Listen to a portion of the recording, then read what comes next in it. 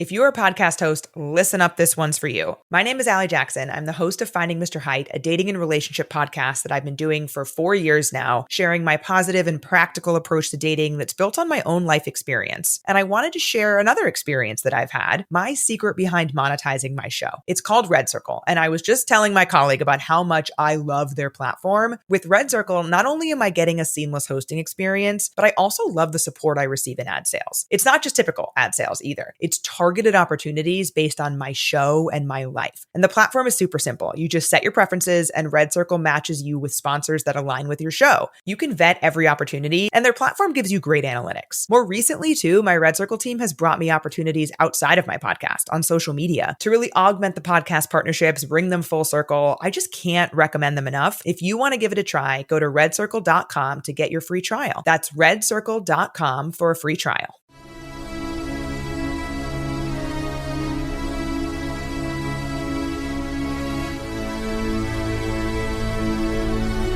Welcome to the Dynasty Dugout Show, a podcast covering all things minor league baseball. Get a front row seat to the action with everything you need to know about the future stars of Major League Baseball. And now, here's your host, Chris Clegg. Hello, and welcome back to the show.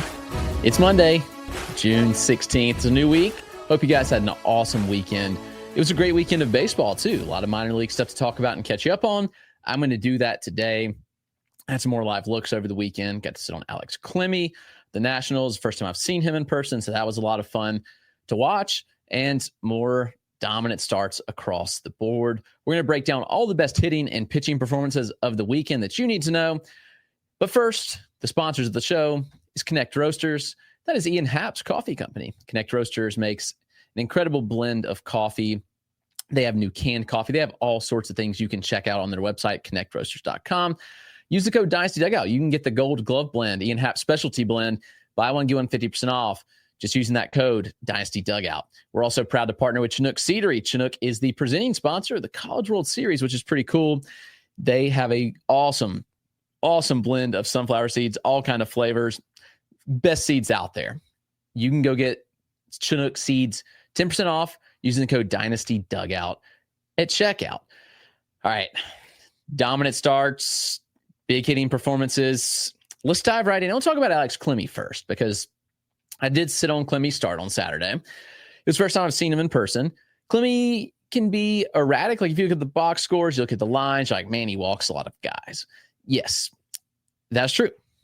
Clemmey walked the first two batters of the start on Saturday night, and I was nervous that he might not make it out of the first inning. So it was pretty impressive to me that Clemmey bounced back how he did. He ended up pitching into the sixth, 5 2/3. He allowed just one run on 3 hits. Yes, he walked 4 batters, but he got better as the start went on, which I was encouraged by. First batter, first inning, really. He's sitting 95-96, and that fastball held there for the first few innings. Now, Clemmey wasn't kind of inconsistent at times with his lower half. He was crossbody sometimes. Like his foot was landing different spots. Like his foot strike, if you watch on the video, you can kind of see like it's different places, which is totally affecting your ability to command the ball. So Clemmey naturally runs his fastball, like some ride and some run, but he was cutting it at times, I think unintentionally. I'd like to ask him if he was intentionally doing that, but I think he was unintentionally doing it because he was inconsistent with where his foot strike was. So the lower half was out of sync. He's trying to get back to where he needs to be, and he was cutting some of them. So the command on the fastball was kind of all over, like just very inconsistent. But in the fourth inning, I was talking to some scouts about what I was seeing, what they were seeing, and Clemmey came back out and was much more consistent. That also coincided with his fastball ticking back. He was like 92-94. Moving forward from like the 4th to 6th inning. And I was like, okay, like it was much more consistency, I thought. Like the lower half was more in sync. He wasn't trying to do too much. Remember, this kid's 19. We don't need Clemmey out here firing 95-96 every time when we're working on consistent things for development purposes. So like seeing that gave me hope. His strike rate on the day actually ended up at like 63%, which was good considering how we started. I think it was like 8 balls to 2 strikes in the first 2 batters. So he really turned it on. And to pitch deep in the game. I think he was at 95 pitches, if I'm not mistaken. So to get that deep in the game after how he started was good. So the fastball has good shape when he is getting it and hitting it off right. He was throwing a sweeper, had good sweeping action, good depth. It was like 82 to 85. So there were some good things with that pitch as well. Like you watch this, like, okay, like I really like what he brings to the table. He was comfortable throwing it to lefties and righties. Obviously, Clemmey being a left-handed arm, he was running it away from lefties and even in on a righty. So those are interesting things to watch. And then Clemmey had changeup too that's in the upper 80s. It worked 88 early on. It was 85 to 88 throughout the start. And it had like 15 inches of fade at times. Again, a pitch that I think needs more consistency, but at the end of the day, it was good. Like I really liked what I saw from Alex Clemmey. So Clemmey's one where he really caught my eye. Obviously, we know he's a big name. I was very concerned. And those are the things that I watch. Like I'm watching like the mechanics. I'm watching like, okay, anybody can sit here and tell you Clemmey walks too many guys. Anybody can tell you Clemmey doesn't throw enough strikes.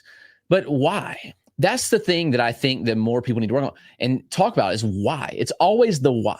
Why does Alex Clemmey struggle? Well, that was exactly why he struggled, because his foot strike was inconsistent. Like he was landing different spots on the mound. His body was not in sync, lower upper half, not in sync. And in the process of that, like when he's sometimes landing cross body delivery, other times being square, like of course you're not going to hit your spots because the release point's different. Like when that happens, you're releasing different spots, both horizontally and vertically.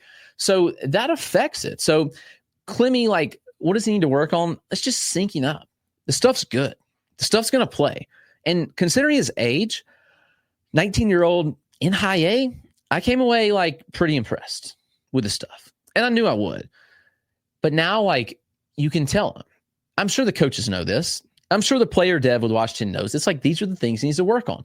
And maybe they're not going to sit there and work on it right now, because I think player development's a tricky thing. He's 19. Does changing some of things in his delivery affect him? Does it affect his ability with his stuff? Possibly.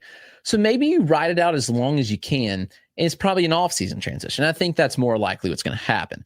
But Alex Clemmey is a really good arm, 19-year-old lefty, Washington Nationals, a lot to like there. Our best pitching performance on the weekend, though, came from Blake Wehunt of the Boston Red Sox. The right-handed pitcher is 6'7", 250. He's a physical beast on the mound. He's a former chicken farmer. Like, does that tell you what you need to know about this guy? Like, if you picture Blake Wehunt, if you've never seen him, the 6'7" chicken farmer. And Wehunt has really good stuff. Now, the fastball works in the mid-90s. He can get to like 96, 97 at times. He rides it well. It's a tough look for hitters. He gets good extension on the pitch, just given the length that he has. He throws a sweepy slider in the mid-80s, so long horizontal movement, and he'll manipulate that slider too, because he'll kind of manipulate it into a cutter at times, which is fun. It's up around like 90, plays off the sweeper, and he keeps hitters on their toes. But the splitter is really nasty, like mid-80s pitch.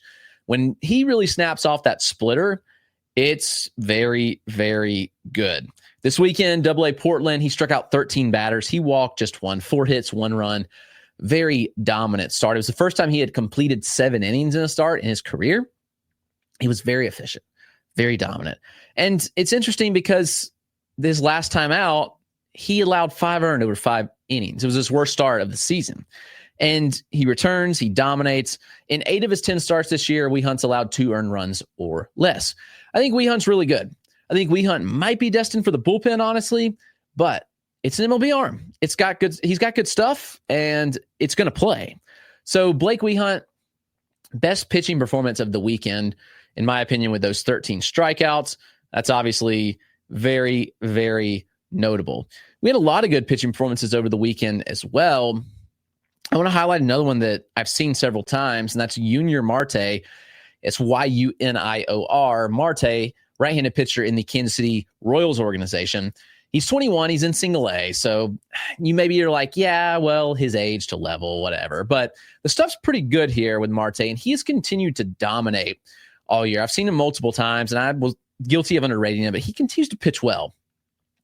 He only pitched 3 innings on Sunday because he doubled up. He pitched Tuesday, Sunday, and he faced the same Kannapolis lineup. They probably didn't want him to go through it multiple times, but He allowed just 1 hit and 1 walk and had 6 strikeouts across 3 innings. This is a hot Kannapolis lineup. George Wolkow, who we're going to talk about, is swinging it really well. They also got Caleb Bonnemer, but Marte's pretty solid. He's 6'5". He creates pretty good extension. He gets good ride on the fastball, and it's like 94, 95. He'll clip some 7s at times, and it works. He can blow it past single A hitters. Now, I think he needs to be challenged. Marte needs to move up and be challenged, but Yunior Marte has really good fastball. The slider, mid-80s, 88 at times. He can manipulate it. Several shapes. He can have one that has more depth and sweep, more of a traditional shape. He'll work it and miss a lot of bats. Now, Marte can get swings and misses in the zone. He gets swings and misses out of the zone. But I think a good characteristic of a minor league pitcher is their ability to miss bats in the zone. Marte can do that. He gets a lot of whiffs on his slider, and he throws a split change, which is pretty good when he really snaps it off. Works in the upper 80s, late depth, late fade. He's got a ton of whiffs on it this year. I just think he's too advanced for single A, if we're being honest. Yeah, 21, you can say, it could go either way. But when we look at like Marte and his, track, his trajectory throughout his career, like we can pull up like his info and all that. He signed back in 2022, went to the DSL, not great. Complex last year, and he actually pitched he came up at the end of last year and pitched in Columbia, and he wasn't good. But he looks like a different arm this year. So I've been pretty impressed with the steps that Marte has made, and I kind of think that it's legit. Want to see him in high A. I mean, 59 and 2/3 innings this year. He has 58 strikeouts to 19 walks. It's a 2.56 ERA, a 1.00 whip. So really good stuff from Marte. He misses enough bats. He limits the walks, and the arsenal's there. So Yunior Marte is a name to know. Another young player in single A, that's Liomar Martinez of the Miami Marlins. I've written about Martinez a lot over the course of the season. He was really buzzy early in the year, and people kind of just backed off because he had a bad May, but he's looked back to himself the last 2 starts, which has been good. Sunday, it was 2 hits and a walk, 6 innings of 1-run ball, 8 strikeouts and 13 whiffs. I mean, it's really outlier stuff from Liomar Martinez of the Marlins. He's creating immense ride on his fastball. Like, he's throwing from a low release height from the right side. It's like 5.4 release, and he's creating 18.5 inches of IVB, 93 miles an hour. It plays up exceptionally well. It's when you look at IVB above average based on release height, like Martinez is one of the best. So the average IVB from that release, I do want to pull up because I have it marked. So 5'4" release, the average IVB is 14.6 inches at the major league level. And again, this may tick down a little bit for Martinez as he moves up. The ball is different in AAA and the majors, but that's 4 inches above average. So that's pretty good stuff on the fastball. It's a flat plane, -4.5 vertical approach angle is very flat. You like to see that. He'll mix in a upper 70s curveball and a slider that's sweepy. So curveball getting more depth, the slider having a little more velocity, and 13 inches of sweep on it. Really keeps his hitters on their toes. He has a nasty splitter as well, mid-80s on that. Man, this dude is legit. I like Liomar Martinez a lot. Throwing strikes, missing bats. I'm in. I think he's a really fun arm. Hopefully I'll see him when I'm down in Jupiter. I'm not sure how he'll line up, but I am very hopeful to see Liomar Martinez and what he brings to the table. So fun arm, lot to like. I am very interested in what he brings to the table. Let's take a quick break. We will talk some hitters. Stood over the weekend. There's some good ones for sure, and we will get right back at it. All right, all the notable hitters you need to know from this weekend. Konnor Griffin. He obviously has been buzzy for a long time. He was the best prep hitter in last year's class. That was well known and documented. He actually was part of the 2025 draft class where he classifies early. He just turned 19, and he's doing insane stuff. He continues to hit well. He has an 11-game hit streak. He'll be in town this week in Greenville, so I'll get some more looks at him after seeing him this spring. That 11-game hit streak, 9 of those being multi-hit games. Home run on Sunday, 432 feet, 110 off the bat. This is nothing new for Griffin, though. Like, you might under 110. He's had 13 batted balls at 110 or harder this year. Stupid stuff. So he's just very impressive. Well filled out, strong, broad shoulders, 6'4", and he still runs at like a 70 grade speed. I mean, it's insane what he's doing. The average EV is like 90.7 miles an hour. His 9th percentile is 108. Hard hit rate's 50%. The power is off the charts. He's running at 85% in zone contact, healthy swing rates in the zone, and people's like, the approach sucks. Like, no, it doesn't. It does not suck. Actually, look at the approach week over week. Look how he's improved the approach. He's cut the chase rate down to 27%. He's actually looked even better in high A contact, and it was a week, so we don't want to put too much stock in it, but really good contact, really good chase. Griffin looks like a star, guys. He looked like a star in spring training. This is not new. I know everybody now is all hype. He's the best prospect in baseball after Anthony. I get it, but this is not new, guys. Griffin has always been a stud, and the approach has been pretty good despite what people have said. Oh, and he's pretty good in the field, too. He plays shortstop. He plays center field. He just has range. He's got speed. He looks the part. Like, when you look at, if you want to build a prospect, like, this is what they look like. If you're going to build a dude on MLB The Show, Konnor Griffin's what you want him to look like. And he just looks like a star in the making, in my opinion. Pirates knocked this pick out of the park. There were hit tool concerns. I think he's a 50 hitter. And if you're a 50 hitter with potential 70 power and speed, okay. I mean, that looks like a star to me. I don't need him to be a plus hitter. When he does everything else so well, you don't need the guy to be a 6 hit. Because when he's making contact, he's doing damage. And you're seeing that. Yeah, the ground ball rate's high. I don't care. Like, this is a dude that's going to figure out he just turned 19. The Florida State League's a hard place to hit. Now he's in the South Atlantic League. His stats are about to be bonkers. Like, you talk about people that like surface stats, they're all in stat models that don't factor in anything else but surface stats. The dude's going to be off the charts because the South Atlantic League is full of hitter-friendly parks. His home park, Greensboro, super hitter-friendly. Greenville, very hitter-friendly. Some of the ball just flies in Greenville. Asheville, Bandbox. Winston-Salem, hitter's haven. This division of the South Atlantic League is just a perfect place for hitters. Now, Rome can be a tougher place to hit. Oh, guess what? Griffin was just in Rome this week. He was mashing in Rome. Spartanburg plays a little more pitcher-friendly. Don't think it matters. Griffin's power transcends that. He's going to put up some stupid stats in high A. And I think people are just going to be off the charts of this dude. So if you want to get in on him, you better get on him now because he's going to explode statistically. The surface stats are just going to look crazy. And Konnor Griffin's going to be a dude. This other guy, George Wolkow. Wolkow, no name, another reclassifier. He reclassified from the 2024 class to the 2023 class. He was 17 and a half years old on draft day, so he was really young. He was really bad in his pro debut. And that's put in nice. Last year, Wolkow put up some pretty bad numbers. He struck out 40% of the time. The contact rate was below 50 or 60%, excuse me, not below 50%, because that'd be bad, below 60%. And Wolkow's made some changes this year. He has really improved contact-wise. It looks much better. I really like what I've seen from him. So Wolkow hits the ball hard. We know that. Last year was 108 mile an hour, 9th percentile EV. Okay, that's absurd power for a 18-year-old. That's top of the scale power. This year he's hit a ball 115 and continued to scorch balls 105 plus regularly. Very, very good power. Contact rate's up to 70% overall. Pretty good. 69.5. Okay. Sold him.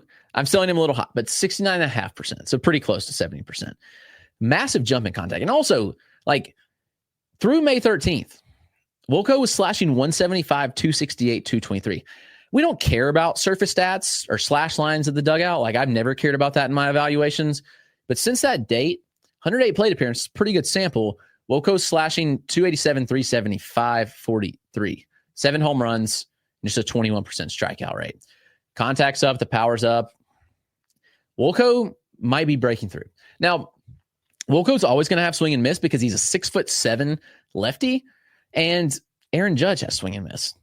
This is like Spencer Jones-esque. Like, you kind of hope that he's Spencer Jones light. He doesn't run as well as Spencer Jones. I think Jones is a way better athlete, but you kind of hope that he becomes Jones light.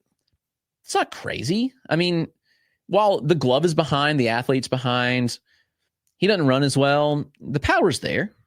Might have better raw power than Spencer Jones. And the hit tool might be a tad better than Spencer Jones as well, just given the age gap. I mean, Wolkow just turned 19. Jones is, 23 at this point? Age level or a level difference. So we got to factor that in. But, I don't want to compare the two, but they do have some comparables, at least. That's what you hope, like when you see the build, see the left-hand swing, like you hope Wolkow can kind of evolve into that. But he is kind of popping off, and I kind of wonder if it's legit. And hard to say right now, but I'm a pretty big fan of what Wolkow's doing. I'm not going to sit here and tell you he's breaking out, but I do really like George Wolkow. Angel Genao, he had a big week. He's back from a shoulder injury. Kept him out, sadly, most of the year. Goes to the complex, he mashes. Goes to AA this week for assignment, he mashes. It's kind of crazy. 4 multi-hit games in his first week back, so 6 games, 4 multi-hit games. He blasted a 105 home run on Sunday, 105 miles an hour. The stuff that I got on him was really, really good for somebody that was there. I mean, really good bat speed. Confident would be a good way to put it, like very confident at the plate. He knows he's a good player. He knows he might be the best player on the field. He broke out last year, 330, 379, 499 slash, 10 homers, 52 extra base hits, 25 stolen bases on 30 attempts. Really good feel to hit. I mean, I don't know. Angel Genao is a pretty big dude right now. Low chase rate, good contact, bat speed's really good, good feel from both sides of the plate. I think we'll see him tap into more power over time. He looks like he could become one of the better prospects in baseball. Like, he's 21. He gets aggressively assigned to AA. They were going to assign him to AA out of spring, but obviously the shoulder hurt him. And he's doing things like this. He comes back and doesn't like he missed a beat. Genao's good, guys. Very, very good.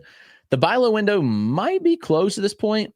I don't know, but I am keeping a pretty close eye on Angel Genao. I think he's a top 25-ish prospect, just given the landscape of the minor leagues right now, what he brings to the table, what his potential is. It's not just about stats. Like, prospect rankings and evaluation are about future value. It's not about what a player's done. So what about a player will do? And I really like what Genao could bring as he has steadily progressed. Like, we've seen the exit velocities trend upward.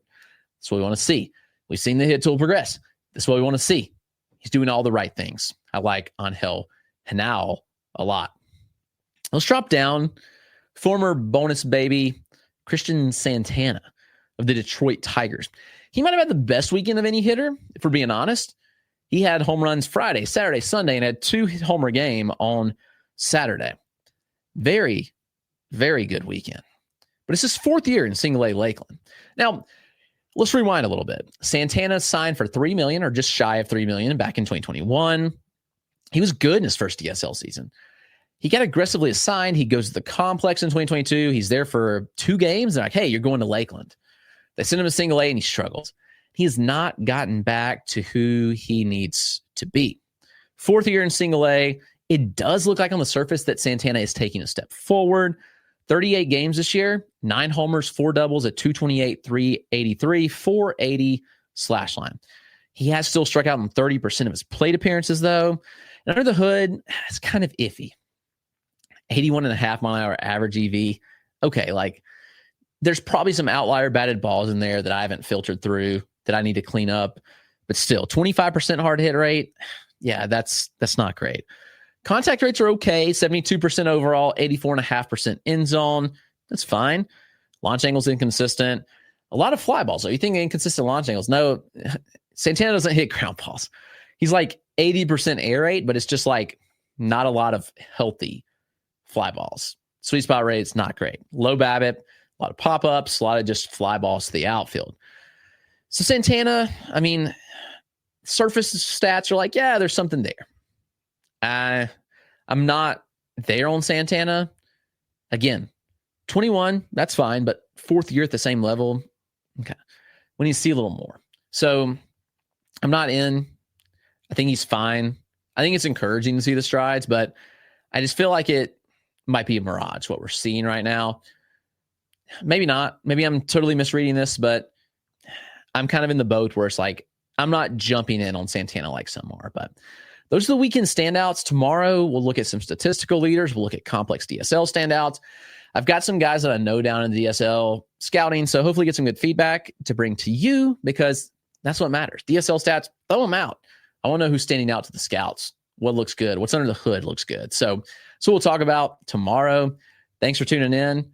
Be sure to be back tomorrow. Subscribe on YouTube. Subscribe on your favorite podcast platform. It would mean a lot to me. But thank you for your support. Love and appreciate you guys. Have a good one.